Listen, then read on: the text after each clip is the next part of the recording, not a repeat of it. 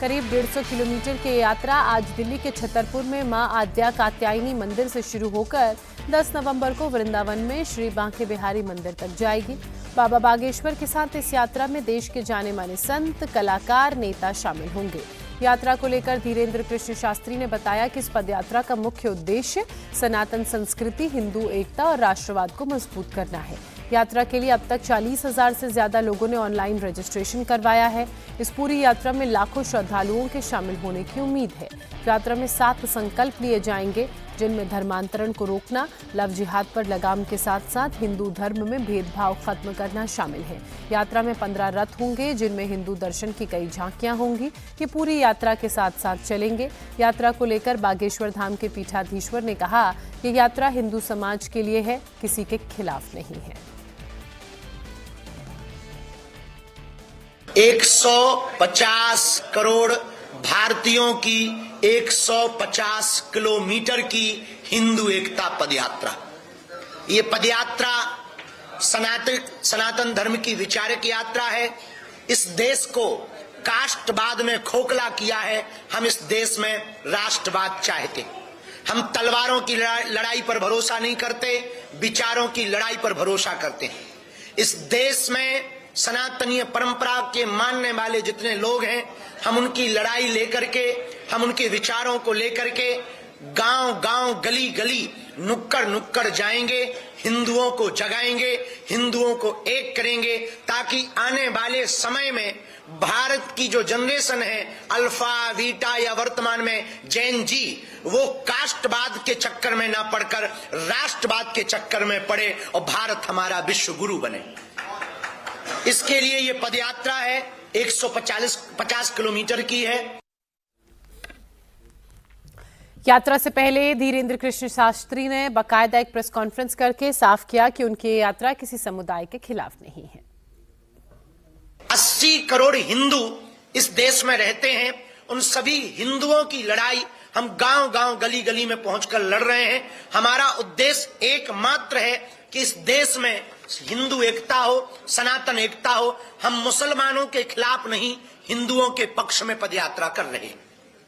इस पदयात्रा में हम आपको निवेदन करना चाहें कि कोई भी पदयात्री अस्त्र शस्त्र लेकर न आए। इस पदयात्रा में माताओं की सुरक्षा विशेष रूप से हो। इस पदयात्रा में रहने की, भोजन की व्यवस्था बहुत व्यापक रूप से की जा रही है। जितनी सामर्थ्यता है हमारी, इन 10 दिनों में 9 रातें रुकेंगे, 10 दिनों तक चलेंगे। प्रातः काल हनुमान चालीसा राष्ट्रगान से प्रारंभ होगी। इसके बाद पदयात्रा बढ़ेगी। गांव के लोगों से हम मिलेंगे, उनसे हिंदू एकता के लिए संकल्प दिलवाएंगे। मंचों पर संकल्प दिलवाया जाएगा, रोड पर भी संकल्प दिलवाया जाएगा। इस देश के साधु, संत, महात्मा और अभिनय जगत के लोग और राजपीठ के लोग, सभी लोग इस पदयात्रा में आ रहे हैं। जो जो हिंदुत्व से प्रेम करते हैं, सनातन से प्रेम करते हैं, तिरंगा से प्रेम करते हैं, वो इस पदयात्रा में आ रहे हैं। कुछ लोग हैं जो तिरंगा में चांद देखना चाहते हैं, हम चांद पर तिरंगा देखना चाहते हैं। बागेश्वर धाम के पीठाधीश्वर इस यात्रा में 7 संकल्पों को लेकर चल रहे हैं। ये संकल्प हर रोज सुबह शाम दोहराए जाएंगे। 7 संकल्प लिए जाएंगे। हिंदू एकता का, सामाजिक समरसता का, यमुना शुद्धिकरण हो, गौ माता राष्ट्रमाता हो, पर मूल रूप से हम कास्टवाद से ऊपर उठकर राष्ट्रवाद के प्रति सजग रहें।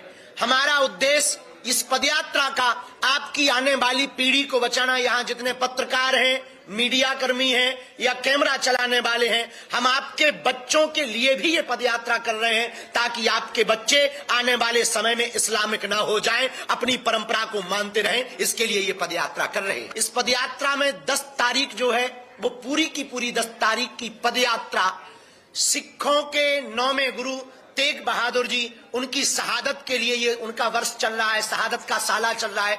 उस दिन की पदयात्रा पूरी उनके लिए समर्पित रहेगी। एक दिन की पदयात्रा किसानों के लिए समर्पित रहेगी। इस देश के 2 ही रियल हीरो हैं, सरहद पर खड़ा जवान और खेत में खड़ा किसान।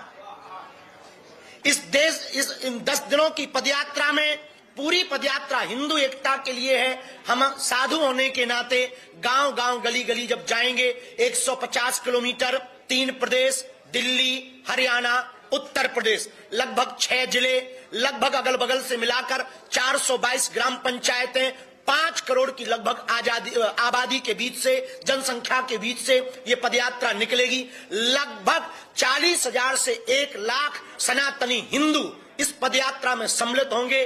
देश के संत, महंत, महापुरुष, अभिनेता, नेता, खेल जगत के लोग इस पदयात्रा में आएंगे और हम गांव गांव, गली गली जाकर हिंदू एकता की। धीरेन्द्र शास्त्री ने बताया कि यात्रा में सबको न्योता है। ये यात्रा किसी पार्टी की यात्रा नहीं है। हिंदू एकता की भिक्षा मांगेंगे। इस पदयात्रा में 2 बातें विशेष रूप से हैं। जो पदयात्रा में आवे अस्त्र शस्त्र ना लावे। इस पदयात्रा में जो आवे हिंदू एकता पर जोर दें। इस पदयात्रा में जो आवे किसी दूसरे मजहब के खिलाफ अनर्गल टिप्पणियां ना करें, क्योंकि हम ईसाई या मुसलमानों के खिलाफ नहीं। इस पदयात्रा में कल हर दिन की पदयात्रा प्रातः काल से शुरू होगी, 7 बजे से होगी, सायं 6 बजे हम विराम करेंगे। आगे न किसी पार्टी के लिए है, न किसी पार्टी के पक्ष में है, न किसी के विपक्ष में है, न सरकार से मांग के लिए है। केवल विचारिक क्रांति है, विचारों को जगाने के लिए है। जिस पार्टी में हिंदू है उस